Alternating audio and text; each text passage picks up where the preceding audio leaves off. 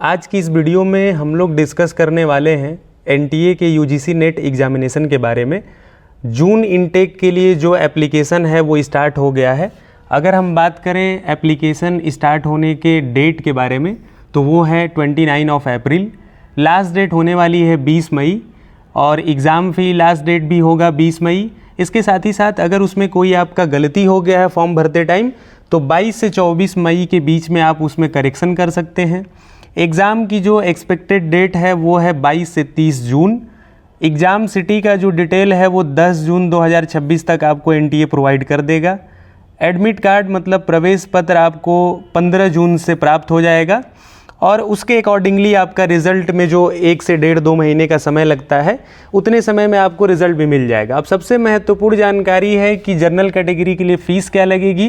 तो 1150 रुपये जर्नल के लिए, ओबीसी और ईडब्ल्यूएस के लिए 600 रुपये और एससी एसटी पीएच कैटेगरी के लिए 325 रुपये का अमाउंट रखा गया है। पेमेंट के सारे ही मोड आपके अवेलेबल हैं। और एक चीज़ हमें समझना है कि जेआरएफ के लिए जो बच्चे अप्लाई करना चाहते हैं उसमें मैक्सिमम जो एज है वो 31 ईयर होनी चाहिए। नेट के लिए बात करें तो कोई भी उम्र का सीमा नहीं है, किसी भी उम्र वाला आदमी नेट के लिए अप्लाई कर सकता है। कुछ प्रकार के एज रिलैक्सेशन भी होते हैं जो कि आपको एप्लीकेबल होंगे। इसके बाद कुछ और महत्वपूर्ण जानकारी के ऊपर अगर हम डिस्कस करें तो एलिजिबिलिटी आप सभी को पता है कि जो भी कैंडिडेट जिन्होंने उस सब्जेक्ट में जिस सब्जेक्ट के लिए एनटीए आपका नेट कंडक्ट कराता है उसमें 55% मार्क आपके पास होने चाहिए। इसके साथ ही साथ एक महत्वपूर्ण और जानकारी है कि अभी जो हम लोग डिस्कशन कर रहे हैं वो कंप्यूटर साइंस सब्जेक्ट के लिए कर रहे हैं। तो कंप्यूटर साइंस में बीटेक वाला बच्चा भी एलिजिबल है, मतलब उसने अगर 4 साल का बीटेक किया है तो वो नेट दे सकता है। लेकिन वो एडमिशन जो लेता है वो पीएचडी और जेआरएफ कैटेगरी के लिए होता है। लेकिन कहने का मतलब कि अगर वो सिर्फ अप्लाई करने के दिशा से हम अगर समझें तो BTech computer science is also eligible for this examination. अब कंप्यूटर साइंस के एक ओवरव्यू के फॉर्म में हम लोग इसके सिलेबस को भी देख लेते हैं कि क्या सिलेबस होने वाला है। तो ये हम एनटीए की ऑफिशियल वेबसाइट पे जाते हैं और 87 number computer science and application के नाम से आपका सब्जेक्ट दिख जाएगा और मैं इस पर सिंपली डाउनलोड पे क्लिक करता हूँ और यहाँ पे हम लोगों ने फिर से इसको डाउनलोड कर लिया और मैं इसको ओपन करता हूँ। तो WPS ऑफिस से मैं इसको ओपन कर देता हूँ और ये आपका प्रॉपर सिलेबस होने वाला है। अगर इस सिलेबस की हम बात करें तो आप देख पाते हैं, इसको मैं बैक कर देता हूँ। हाँ, तो ये आपका यूजीसी नेट का सिलेबस है for the subject computer science and application. इसका कोड नंबर 87 है। तो इसको कई यूनिट में बांटा गया है, जिसमें अगर हम देखें तो सबसे पहली वाली जो यूनिट आपकी होगी वो होगा डिस्क्रीट स्ट्रक्चर एंड ऑप्टिमाइजेशन का। अब डिस्क्रीट स्ट्रक्चर एंड ऑप्टिमाइजेशन में आपको पढ़ना होता है mathematical logic, set and relation, counting, mathematical induction and discrete probability और ग्रुप थ्योरी। इसके साथ साथ अगर हम देखें तो कुछ और चीज़ें हैं जैसे ग्राफ थ्योरी, फिर बूलियन अलजेब्रा भी आपको पढ़ना है, ऑप्टिमाइजेशन से जुड़े कुछ कॉन्सेप्ट हैं। फिर बात आ जाती है यूनिट 2 जो कि कंप्यूटर सिस्टम और आर्किटेक्चर का है। अब इसमें अगर आप देखें तो एज़ यूजुअल जो आप यूनिवर्सिटी में पढ़ते हैं या पीजी में पढ़ते हैं, डिजिटल लॉजिक सर्किट और component, data representation, register transfer and micro operation. अब एक एक टॉपिक का हम लोग नाम नहीं ले रहे हैं क्योंकि वीडियो बहुत लंबी हो जाएगी। Basic computer organisation and design, इसके साथ साथ programming basic computer, micro program control, CPU, pipeline and vector processing, input output organisation, memory की हायरार्की, मल्टी प्रोसेसर।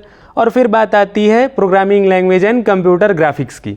वैसे तो दोनों अलग सब्जेक्ट हैं लेकिन यूनिट 3 में ही दोनों को दिया गया है।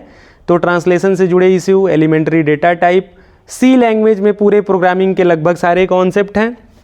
जैसे अगर आप बात करें तो सी लैंग्वेज सभी लोग पढ़ते हैं, टोकन्स हो गया, identifier, data type, sequence control, sub program, array structure, union pointer function, file handling, command line argument, preprocessor, ये सारी चीज़ें होने वाली हैं आपकी। और डिटेल में क्वेश्चन आते हैं अच्छे खासे लेवल के। ऑब्जेक्ट ओरिएंटेड प्रोग्रामिंग भी है, फिर C++ भी आपको पढ़ना है, वेब प्रोग्रामिंग है जिसमें HTML और DHTML, XML, कंप्यूटर ग्राफिक्स का अलग से सेक्शन है जिसमें 2D geometrical transform and weaving, 3D object representation. Unit 4 की अगर हम बात करें तो वो है DBMS का, डेटाबेस मैनेजमेंट, जिसमें आप schema, concept architecture, data modelling, SQL और बेसिक जानकारी आप पढ़ते हैं, जैसे नॉर्मलाइजेशन, इन्हेंस डेटा मॉडल। इसके साथ साथ data warehousing and data mining का भी एक यूनिट है, मतलब DBMS में ही दिया है, लेकिन आजकल ये सब्जेक्ट के रूप में भी चलता है अलग अलग जगह। फिर बिग डेटा सिस्टम भी है, इसके साथ ही साथ system software and operating system, जिसमें आप बेसिक चीज़ें जैसे system software, operating system, thread, CPU scheduling, deadlock, memory management, file and input output system, security, virtual machine, Linux operating system. और अगर ऊपर हम देखें तो डिस्ट्रीब्यूटेड सिस्टम और विंडोज़ ऑपरेटिंग सिस्टम के बारे में भी है। यूनिट 6 आपकी सॉफ्टवेयर इंजीनियरिंग की होने वाली है। ये सारे आप यूनिट को सामने देख पा रहे हैं, software requirement, software design, software quality, estimation and scheduling of software, और इसमें कोकोमो मॉडल से कई बार न्यूमेरिकल भी पूछे जाते हैं। फिर सॉफ्टवेयर टेस्टिंग है, डेटा स्ट्रक्चर और एल्गोरिदम बहुत ही इंपॉर्टेंट पार्ट, जिसमें आपका B tree, data structure, graph, sorting, searching, hashing सब कुछ होगा। नेक्स्ट अगर देखें तो ये पूरा आपका डेटा स्ट्रक्चर वाला ही पार्ट है, आप सभी लोग देख सकते हैं। फिर एक बहुत most important subject theory of computation and compiler, तो ऑटोमेटा और कंपाइलर दोनों को साथ में दिया है, इसका भी ठीक ठाक क्वेश्चन पूछे जाते हैं। Turing machine, context free language, इसके साथ साथ unsolvable problem, syntax analysis, semantic analysis, ये सारे कंपाइलर के फेज को अलग अलग यूनिट के हिसाब से इसको बताया गया है। और फिर यूनिट 9 आपकी डेटा कम्युनिकेशन और कंप्यूटर नेटवर्क की होने वाली है। और इसके बाद आपका अगर आप देखें तो ये रहा आपका प्रॉपरली AI का सिलेबस, आज की समय की रिक्वायरमेंट भी है। तो आर्टिफिशियल इंटेलिजेंस को भी आपको पढ़ना है UGC नेट के प्रोस्पेक्टिव से, जिसमें जेनेटिक एल्गोरिदम और आर्टिफिशियल न्यूरल नेटवर्क का भी पार्ट है, तो थोड़ा सा आपको डीप लर्निंग वाली चीज़ें भी आपको पढ़नी पड़ेगी।